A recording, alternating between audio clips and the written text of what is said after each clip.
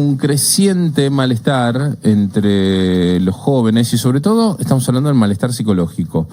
4 de cada 10 jóvenes de entre 18 a 30, aproximadamente 32 por ahí, necesitan algún tipo de tratamiento o terapia psicológica.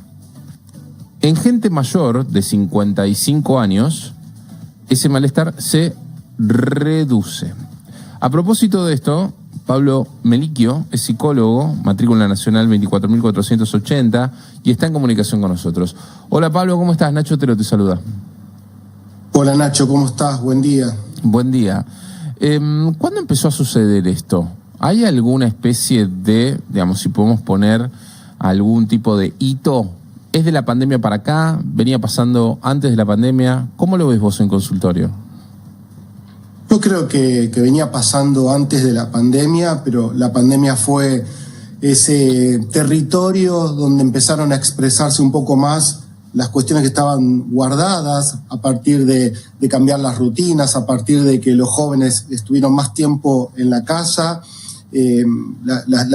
Los síntomas empezaron a intensificarse y estos síntomas intensificados pudieron llevar a que se establezcan patologías mentales o cuadros psicopatológicos, pero creo que también este tiempo, post-pandemia, este tiempo que estamos transitando, hay mucha desorientación en los jóvenes a partir también de posiciones un poco ambiguas de los adultos.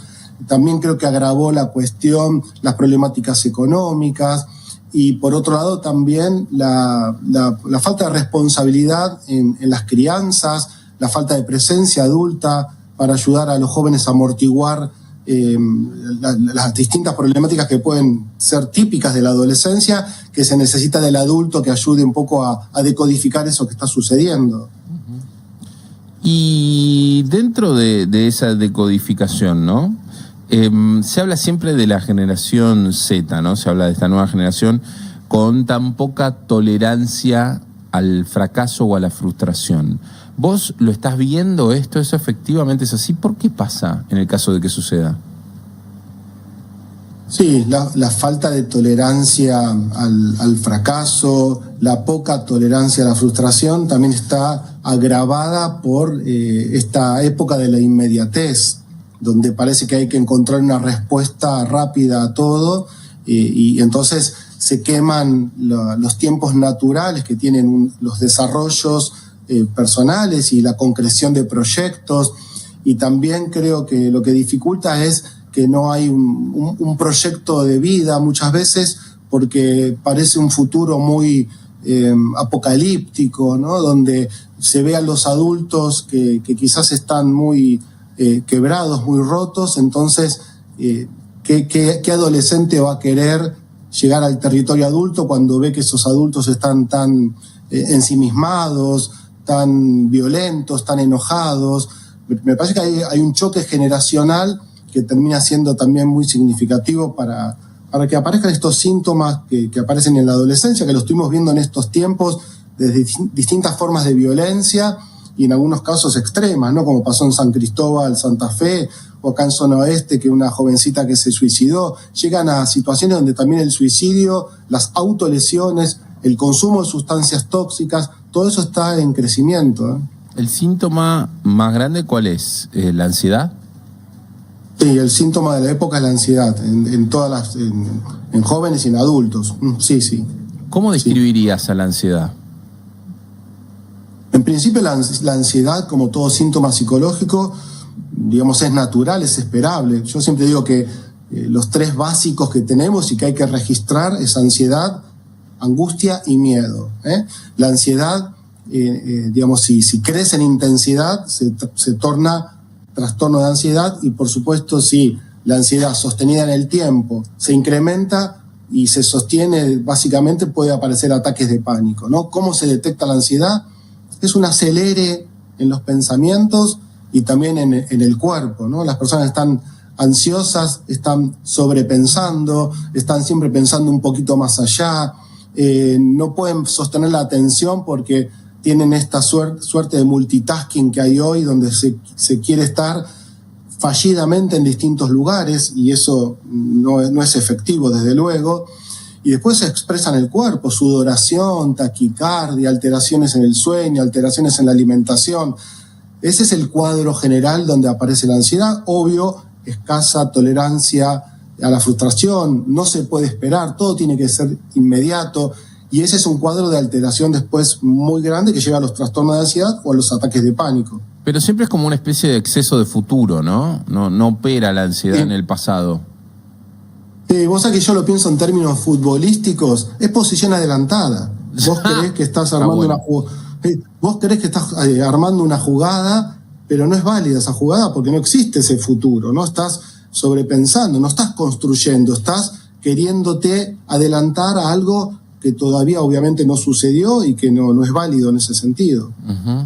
Y en el medio de todo esto también, por ejemplo, aparecen datos en esto que vos decís, ¿no? Mientras que te escuchaba hablar de las generaciones más jóvenes o los que están saliendo de la adolescencia y entrando en la adultez, o en ese limbo que muchas veces tiene que ver con la prolongación de la adolescencia, más para adelante de los 20, y nos ven a los adultos en muchos casos, a muchos rotos. Y pensaba también en los números de cómo está creciendo el cristianismo, por ejemplo, en todo el mundo, o cómo está creciendo, o cómo se está dando esa vuelta como a los valores tradicionales, ¿no? Como a la familia y todo. ¿Puede haber una correlación en eso? Sí, el otro día tuve en un streaming un diálogo súper interesante, que nos cruzaron a un médico, un psicólogo y un cura, y yo lo que le decía al cura que lo que tiene a favor el cristianismo es que aporta sentidos, ¿no? Entonces, frente a un mundo donde hay tanta incertidumbre, a veces las religiones aportan sentidos, y hay gente que compra ese sentido y puede ser un atajo para que te compres un sentido. ¿Válido? No importa, acá no estamos discutiendo la validez del cristianismo, del budismo, de lo que sea. Me parece que a veces lo que no soportamos es la incertidumbre que tiene este mundo, y bueno, por eso puede ser que familia, monogamia, cristianismo puedan aportar eso, básicamente una estructura ya montada que te sirva para calmar un poco la incertidumbre. O sea que de alguna manera de la remera de Axl Rose con Jesús diciendo kill your idols a ese ateísmo de los 90, un poco nos trajo de vuelta al resurgimiento del cristianismo también en cierto punto. O sea, como que tuvo un impacto psicológico eso.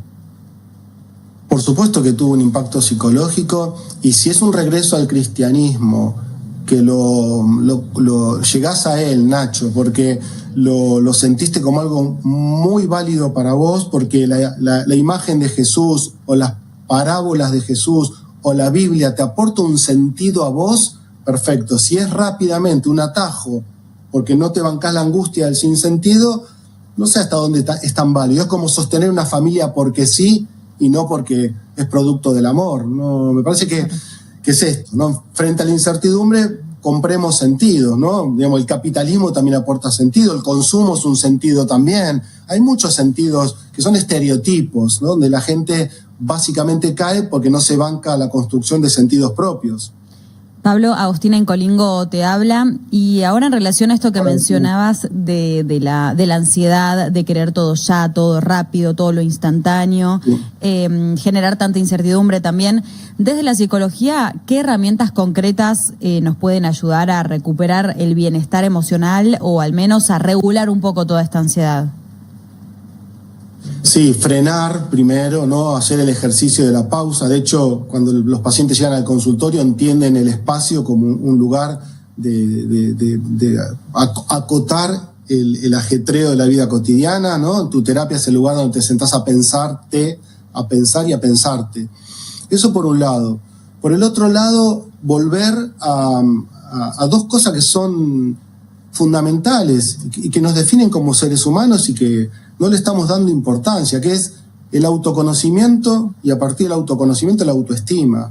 Es decir, creo que este clima de comprar sentidos, de no parar un minuto, de estar siempre acelerados, nos escapamos de nosotros mismos. Entonces, yo volvería a eso, ¿no? Al autoconocimiento para saber quién sos primero, y a partir de saber quién sos, te vas a poder querer, te vas a poder aceptar, y a partir de ahí vas a poder querer y aceptar a los demás y construir, digamos, un sistema de vida un poco más humano. No creo que hay mucha cosificación y hay mucha repetición de sistemas que nos van deshumanizando, y esto se ve en todo, ¿no? La gente que no puede, establecer vínculos afectivos porque lo que compra son imágenes a través de citas o aplicaciones, todo lo que es los estereotipos de belleza.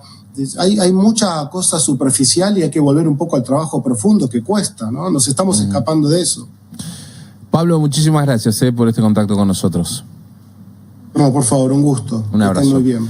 Pablo Melicchio, psicólogo, matrícula nacional 24.480, pasó por acá, por Delta 90.3. Coworking.